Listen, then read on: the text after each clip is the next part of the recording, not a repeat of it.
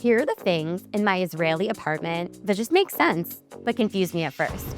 Starting with the light switch outside the bathroom due to electrical safety regulations. Before closing the door to the bathroom in Israel, always feel around on the outside wall for a switch, unless you like showering in complete darkness.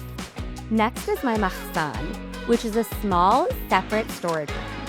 In my building, the machsan is actually next to my apartment, but in most places, it can be found near the garage. Speaking of the parking garage, we have two spots that are okvim, or one in front of the other. If we get another car, we'll definitely be playing some sort of Jenga. Last, and certainly not least, is the mamad, or safe room. This is my son's room, but before you think, oh my God, he lives in a bomb shelter, the room looks completely normal. The only giveaways are the steel window cover, an extra reinforced door we close during emergencies. Are you ready to learn more about Israeli culture?